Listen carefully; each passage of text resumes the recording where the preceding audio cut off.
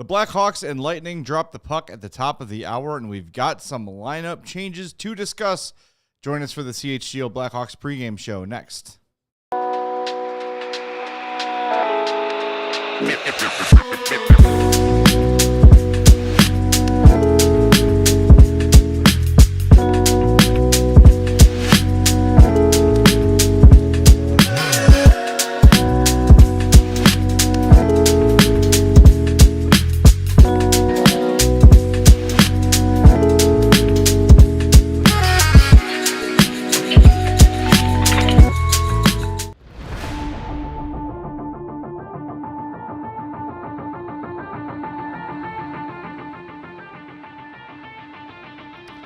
Welcome into the CHGO Blackhawks pregame show. I'm Jay Zawaski with Mario Tirabassi.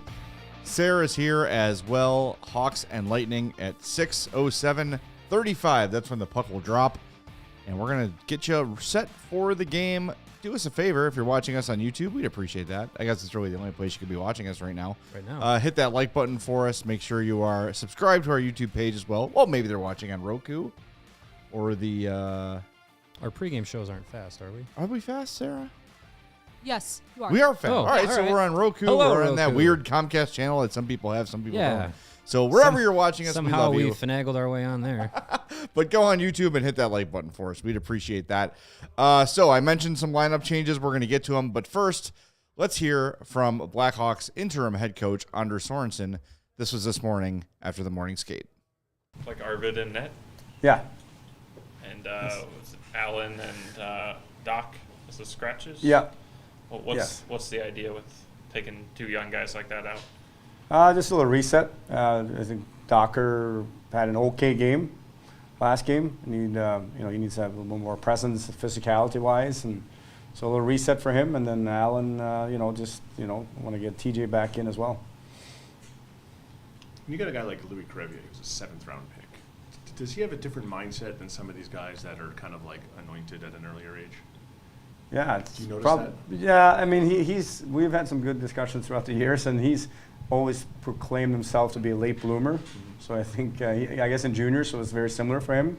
He was late pick, and then kind of just by his third and fourth year, he was a real big part of that group, and then obviously got drafted in the seventh round and had to kind of reset and start over again. Do you notice this as a coach in general, that those later round picks have somewhat different attitudes than the high round picks? I think it's case to case. I think everybody's different. I mean, there's a lot of high picks that have very good, coachability, if you want to call it that way.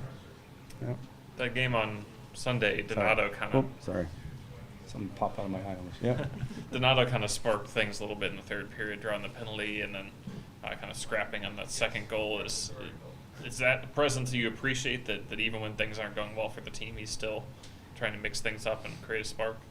Yes, I mean, he was a big part of it. Patty was a big part of it. They were vocal on the bench.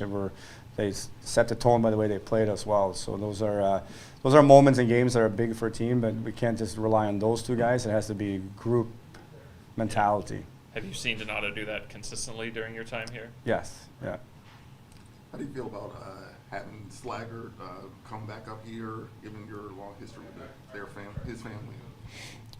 Yeah, first most happy for him, right? Like, he's earned this. He deserves to be called up. He's played really well in Rockford, but it's neat to see, and known him for a long time, so it's always pretty cool experience. But it's more about the game tonight, and also really happy for him. Where do you think he's improved, and what are you looking to see from him tonight? Well, I think his effort, second effort, third effort is a big part of his game. It's in his DNA. He's always been that type of player, so he's like a dog on a bone. And, he's been producing down there, but, obviously defensively to be reliable. And, he's really good on the PK, so we'll utilize him there as well. But, a lot of good attributes. I was going to say, he was saying that his dad, I might be butchering this, but he said that his dad always told him a line about find where the goals are hiding.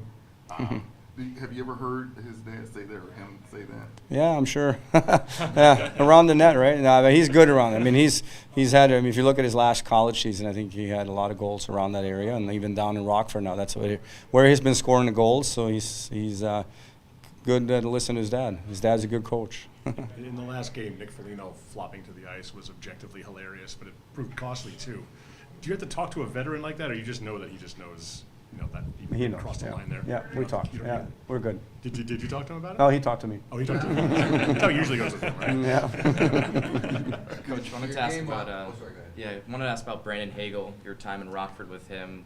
What did you see from then that you see in him as a player now here in Tampa? Some of the same attributes in terms of his effort and the way he stays on the puck, right? And, his abilities to make plays. I think the first year, his rookie year, he had 20-some goals in Rockford, and you can see it, but really impressive with his career and just where he's gotten to. But a lot of it is through his DNA and his effort and second effort, and he's probably one of the best in the league at staying on pucks, and it's impressive to watch. And so what were the things maybe you guys helped him with when he first made the jump pro there? I don't know. That would be a good question for him more than me. No, I honestly, he was really soaked everything in. I think if it was Kinger or the rest of the staff or his teammates, he's been, it seems like he soaks everything up and is willing to try anything to get to where he is now, right? And it's proven that he's done that. So. For you, Friday, I know it was lost, and I know coaches don't love moral victories, but what did you take from the Friday game against the Lightning that you could utilize tonight? Yeah, our first two periods were really good, obviously, right? And, the biggest thing is, try to replicate that as much as possible. And, obviously we got to keep an eye on certain of their guys and stay out of the box. What have you seen from Dickinson recently? Defensively reliable. Face-offs really good. That line has been used as our shutdown line. So I think those are positives. Would you like to see him produce a little bit more offense? Last year he was able to, and it's obviously not his main responsibility, but it's kind of a secondary thing. Yeah, I think anybody wants to help out production-wise, but when you have those assignments a lot, I think it gets tougher, especially when we've been going up in some teams here that have some high-end guys, and they've done a good job of shutting them down, but obviously you spend a little bit too much time in your D zone or check in more, and then you don't have as much opportunity to play offense. You have Slaggert on, I think, Reichel and Foligno's line. Yep. Yes. What went behind that decision? How's Reichel been recently?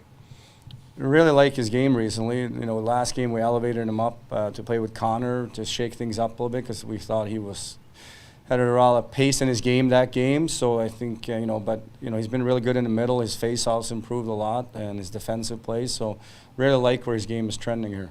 And then why add Slaggert to that line? Yeah, I mean, Docker's coming out, and that's where his spot was. But, Landon, again, I think his effort and his pace of play can help. So those two guys can hopefully feed off each other and, drag Nick along. There's Anders Sorensen, courtesy of the Blackhawks. We thank them for use of that video. Now we give you the forward lines, if they were not clear. Bedard, centering Nazar and Bertuzzi. Dickinson, Teravainen, Mikheyev. Reichel, Slaggert, Foligno. Donato, Maroon, Kurashev. Your D pairs, Martinez and Jones. Vlasic and Crevier. Del Mastro, Brody, Arvid Soderblom in goal. So Colton Dach is out. Nolan Allen is out. Pat Maroon in. TJ Brody in. Well, thanks. I hate it. Well, Slaggert's in for Doc. Sure. From last lineup. But you know what? But yes. It's game 50. Yeah. I'm good. I've seen what I need to see from TJ Brody. And I know, the mindset for Anders to say we got to keep him fresh. He's got to play. He's got to rotate in and out. No. Doesn't have to. No, he doesn't. I'm good. I'm good without that. I think that he is not playing as poorly as many in the fan base are thinking he is. There have been some horrible games from him, but join the club. Every player on his team's had a horrible game this year. Yeah. But what more do I need to see from TJ Brody at this point in the season? Yeah, is there anything he's going to do to turn around what he's done this year? No. And no one's going to trade for him. No one's taking on another year of TJ Brody. No. At the trade deadline. So you're not showcasing him. No, I think it's to hopefully this is a one game thing. Like Allen sits for a game, Brody plays, then you go back to putting Nolan Allen back in, and Brody comes out because there's no reason to put in TJ Brody for any kind of competitive advantage over what Nolan Allen brings to the table. I see none. No. If you go through Ben Pope's recent article about Brody and how bad he's been this year, even Nolan Allen hasn't been great, but he's been better and he means more to the team moving that's forward. the thing. Even if he is marginally worse than TJ Brody over the span of their seasons or over the course of a couple games, I don't care. Nolan Allen's learning nothing watching from the press box. And I know we talk about resets for young players and everything, but when that's needed, you see it. You can see a young player, forward or defenseman, usually more often defenseman, fighting it, right? Like, oh man, like he just can't seem to get out of his own way. He's turning the puck over, and the game seems to be moving a little too fast for him. We're not seeing that with Nolan Allen. We're seeing that with TJ Brody. Exactly. Like we're seeing that with Brody. Yeah. That's the problem. And again, game 50, you've got the second worst record in the NHL. There's no hope for the playoffs here. Play the kids, and we were all looking forward to this game with Slaggert in. You could have had 9 players, 23 or younger in the lineup, Half and your instead lineup, you take out Allen and you take out Doc. And the other thing that frustrates me a little bit is, they ask why Doc's coming out, and what Anders says is, well, he's got to be a little more consistently physical. Our buddy Tab Bamford, physically present, put this up. I need to find it now. There's a million tweets, but he had. So in the last game, he had 10.5 minutes of ice time, 15 shifts. He had 3 hits. So I mean, that's it. Yeah. Yeah. So I mean, 10:24 of ice time. Yeah, in 10 and change minutes, the lowest of any forward, he still had 3 registered hits. Now, does it mean hits are hits? Sure, maybe they're away from the play or not impactful hits, just kind of hits that register on the score sheet. Sure, that could be one thing. I didn't go back and look at and all 3 it is hits, one guy sitting there watching a game and right, yeah. You know what I mean? Like, tallying the stats. I get it, yeah. Yeah, so I mean, to me, it seems like the reset term that we hear from Andrew Sorensen pretty much anytime someone is scratched and someone is back in the lineup is like, it's a reset.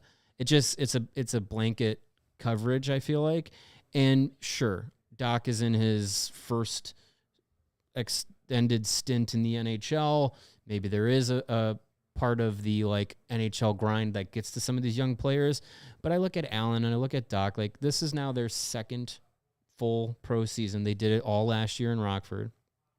They also played in the WHL, which plays 60-plus games a year, plus playoffs. So, and I know the schedule kind of pans out differently and travels a little different, pro to junior and stuff, but it's still, that's a long season. That's a lot of games. Yeah. They're young. Their bodies are conditioned. So if it's a physical reset, okay, I get it, but also they probably should be okay to handle that physically. But if it's a gameplay reset, I haven't seen it from Doc or Allen to be they probably need to sit. I don't see it. If you want to do the thing too where, okay, we really think Nolan Allen needs a reset, and then you call up Wyatt Kaiser and he plays instead, or Korchinski instead, cool. Right. And I know TJ Brody's not going to sit for the next. He's not going to sit the next 30 games. That's not right, and that's not realistic. But I just think you had such an opportunity the day after Kyle Davidson speaks, and I know Sorensen doesn't care about this stuff, but it's just. But it matters. I think it matters when you have your GM go out there and very poignantly say the rebuild is going the right way, development is great, we're on the right path in the process, it's all great. I don't know what you guys are worried about. And then you have a situation where you're scratching. Now, one is prospect for prospect, Slaggert and Doc, okay. But you're scratching a guy like Nolan Allen for a guy like TJ Brody, who very clearly everyone within the fan base is we don't need to see TJ Brody anymore. It's a bad timing of a mixed message. And I think the best thing you could have done is have Slaggert in the lineup. Find a way to get him in. If it's sitting Kurashev, if it's sitting Mikheyev, I wouldn't mind that. You probably weren't going to sit Maroon against one of his former teams, one of his many former Maroon teams. Was that's a one big thing. factor against Minnesota. Yeah, and he had a good game. But there's a way you could have gotten Landon Slaggert into this lineup without flipping him for Colton Doc.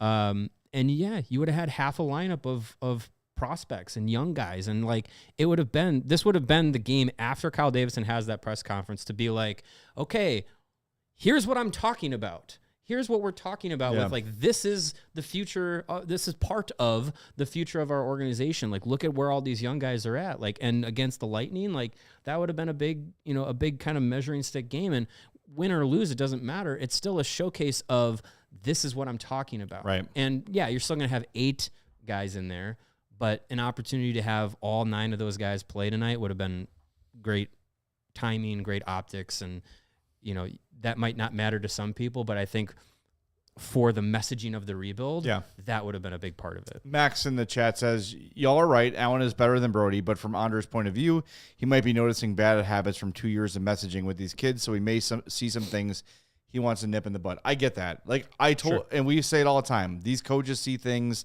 that we cannot see, that we do not see, that we do not notice, and that's real. I get it, but it's just aggravating. It's aggravating. And look, I don't want my coach managing his lineup based on like fan hopes and expectations. He shouldn't. No. I also don't want my general manager picking up the phone and saying, change the lineup to the coach. I don't want that happening either. Sure. So this is Anders' decision tonight.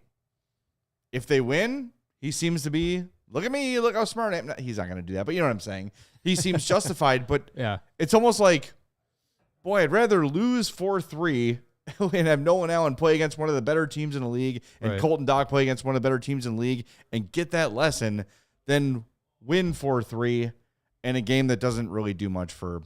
Or lose 4-3 anyway. Yeah, right. Exactly. Yeah. Exactly. Yeah, and I think that's a big part of what these final 32 games are going to be for this season is like these young guys getting that experience, getting more opportunities in their roles and learning, win or lose, learning those lessons in the NHL. Bedard's been doing it for a season and a half. Now you got Nazar. Allen's been here all year. You got Nazar getting a longer stint. Doc's up here. Now Slaggert's up here for however long. But this is that opportunity to get those guys into these final 30 games and like learn those lessons going into next season, where I hope all of these young guys that are playing tonight are on the opening night roster next year because of opportunity and potentially more. And Rantanen. Yeah. And Marner while we're at it. Why not? Sure. Both of them. So they have that momentum going into next season where they have those opportunities and they can, really start to, put their footing in the NHL and this rebuild can finally be on the spotlight of not only the diehards in Chicago, but also the casuals in Chicago and the people in the national media, so they can start shutting up about how horrible Kyle Davidson's been doing, because that's not helping anybody. Yeah. I don't want to get into that today. I think we've done it a lot. Fine. It was first thing I did when I woke up was open Twitter, which is a mistake. That's always a mistake. And spent 30 minutes with my glasses off, like looking at my phone, like trying to type with one eye open. I was like, what am I doing? Go downstairs, get yourself a banana, take a shower, and get on with life. Yeah. But yeah, it's I don't know. Again, we're probably making too much out of one game, but I think we were all really looking forward to step one of having most of the NHL ready players here in the lineup all together. And look, it will probably happen at some point on this 3-game road trip. Right. I'm sure. So we'll see it. The next game is going to be probably that lineup. Yeah. So fine. It's disappointing. It's disappointing. It's the TJ Brody thing just grates on me because you can look at the other moves that maybe haven't worked out, but they're all gone after this year. It's fine. Like whatever. Right? We'll be able to move on. And TJ Brody is going to be here for another year. I don't think he will. You think they're going to buy him out? Oh yeah. I think it's very clear that was a swing and a miss by Davidson. And I think it's very clear that having to coddle having TJ Brody on your NHL roster next season is going to take games away from a young guy. So if you're touting the rebuild, you're touting the progress of these young guys, next year I don't want Brody taking games away from Del Mastro or Allen or Korchinski or any of the young guys like that. I want that spot to be open for those guys to be able to grow at the NHL level. Because clearly Nolan Allen, he's been in the NHL all year. I think he's beyond being in Rockford. I think he can now move forward with his NHL growth. Ethan Del Mastro is kind of getting to that point where let's see what he does these final few 30 game opportunity to be in the NHL. Korchinski, I think, will get up to the NHL before the season is over. And if you missed the news, he's a AHL All-Star now because of a replacement. Yep. So now you got Cole Gutman and Korchinski that are going to be participating, and Nazar was an AHL All-Star as well, but he's now an NHL player, so he won't be participating in that. So, look, like you have enough young guys that you can fill an NHL roster with of let's see where they're at the NHL, and you don't need to have TJ Brody hanging around taking minutes away from that. No, because you're already going to have most likely Seth Jones and Connor Murphy. Yeah, I don't want to say taking minutes away from young players. They're players on this team. They're valuable players on this team. But you need to have veterans like that. You can't go 6 kids. Yeah, and Vlasic, I would say, by the start of next season, he's still a future like part of the rebuild, of course. Like that's undeniable. I'm not categorizing him with like kid. I don't even think of him as a going kid into anymore. next year. Yeah, he's a veteran in my mind. He's a veteran by the time next season starts. So your vets would be Vlasic, Jones, Murphy, and then you have Allen, Del Mastro, Korchinski, maybe Renzel, maybe Kaiser. Like maybe we haven't mentioned Levshinov yet. I don't know. Maybe lots of options. So I'd rather those guys start rotating in than have to worry about playing TJ Brody 50 or 60 games. Like it's a waste of time. Well, and Davidson yesterday when he spoke talked about like all the offseason additions, and he said we kind of had to because we just didn't have roster spot. Like we didn't have guys we felt were ready to take full-time roster spots. And, Nazar is probably a little bit ahead of schedule when he said so. Mm-hmm. Doc, I'd say probably on schedule. Slaggert on schedule. I mean, remember, Landon Slaggert's new deal that starts next year is a one-way deal. That is an NHL contract. Yeah. So he's in the plans for next year too.